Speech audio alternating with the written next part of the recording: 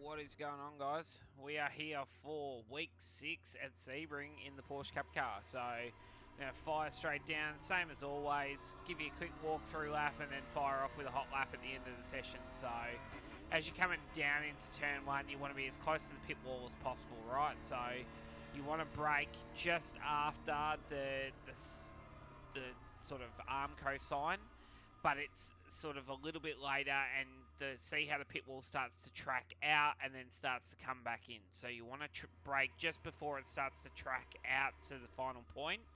From 6th gear back to 4th gear, trail the brake, turn in at the end of the pit wall towards the corner. You're looking for the cone on top of the fence. That's mid-apex right there. So once you get to that cone, you're at mid-apex. You can start to pick the throttle up, let the car track nice and wide. Get all the way out to the curb, up to 4th gear, brake at the 3 cone, back to 2nd, turn the car in, try and avoid the first curb if possible, set yourself up. I stay in 2nd here, it'll crack the limiter halfway around here, but I find if I go to 3rd, I overrun the entry a little bit, so I try and stay in 2nd, lose a little bit of time on entry, but then I get right close to this apex, and then I'm able to pick the throttle up and carry all that speed down the back straight.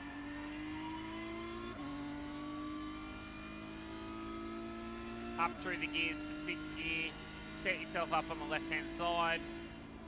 As you come down here, so most cars I'm using the 4 cone. In this car, it's just a little bit before, especially on cold tyres. As the tyre comes in, you'll be able to brake probably around the 4 cone, but I'm probably 10 to 15 metres before it just to begin with, especially on the colder tyre or worn tyres. So 6th gear back to 2nd, set yourself up, make sure you stay as close to the left-hand side as possible. Once you get to the start of the curb, you start to turn the car at the corner. Halfway through that curb on the outside, you turn the car at the corner, use all the curb, get the car squared up in 2nd gear, punch the car out, get a nice drive out of the corner, clip that curb, clip this curb, set yourself up, get nice and close to this one, set yourself up on the right hand side to carry this as a sweeper. 5th gear, you're aiming for the 4 cones again, back to 2nd gear, nice big brake zone, stay to the left hand side, turn the car in, get close to the curb, try not to touch it, set yourself up in the middle of the road here. A lot of guys run right to the curb, but all they're doing is they're going to just make it harder for them to turn through this double apex. So I find if you're in the middle, you're able to sort of not put as much wheel into it, and then the car doesn't want to twitch and oversteer on you. Clip both the curbs, let the car track nice and wide, up to 4th, brake between the 3 and the 2, back to 2nd. So 3rd, back to 2nd, turn in at the end of the curb on the outside, clip the curb or don't clip the curb, but get as close to the curb as possible. Let the car track out right to the edge of the curb on the outside. Up through the gears again, you'll get to 5th gear by the time you get to the next braking zone. Clip the first curb, let the car run to the middle, the 2nd bitumen line, clip the curb, brake at the 3 cone, back to 3rd gear. Turn the car in at the last set of cones, get the car up on the curb. You can drop 2 tyres over the back of the curb, but be careful, there is a slowdown out there. It does help to rotate the car a little bit more, but the car isn't as compliant on the rear as it goes over that curb either. So there's a little bit of just understanding what the car's capable of, and understanding how you like the car to handle off curbs and stuff like that. So then get up on this curb. As soon as that curb disappears, start to track out towards the left-hand side, turn in nice and early, get to the curb on the inside, 2 tyres over the curb, let the car rotate, let the car track out right and wide to the end of the curb on the outside, power through all the gears, back to 6th gear.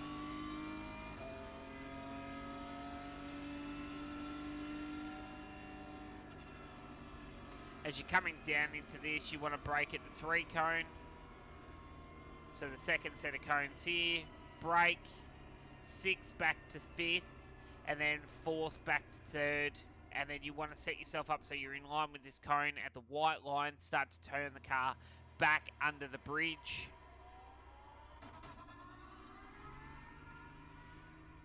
Be very patient with the throttle here. Once you get under the bridge, then you should be able to get right up to the apex. nice and close to the cone and accelerate. There will be a little slight twitch about halfway through the exit of this corner. There's just a bump and the car gets a little bit unsettled, but you'll find it pretty quickly. The car feels like it's going to oversteer, but if you just lift slightly and then pick up the throttle again, it's fine. Let the car run right out to the wall and then fire down to cross the line, and that's a walk-through lap of Sebring.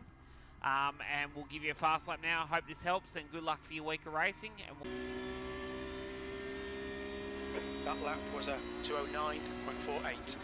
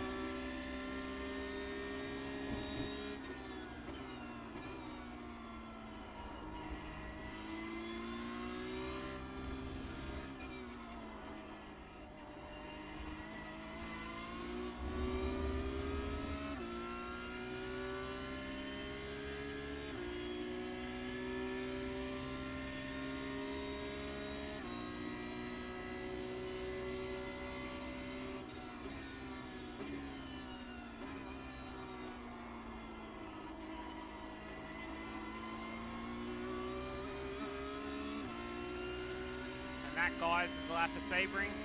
Hope you have a good week of racing. We'll see you next time.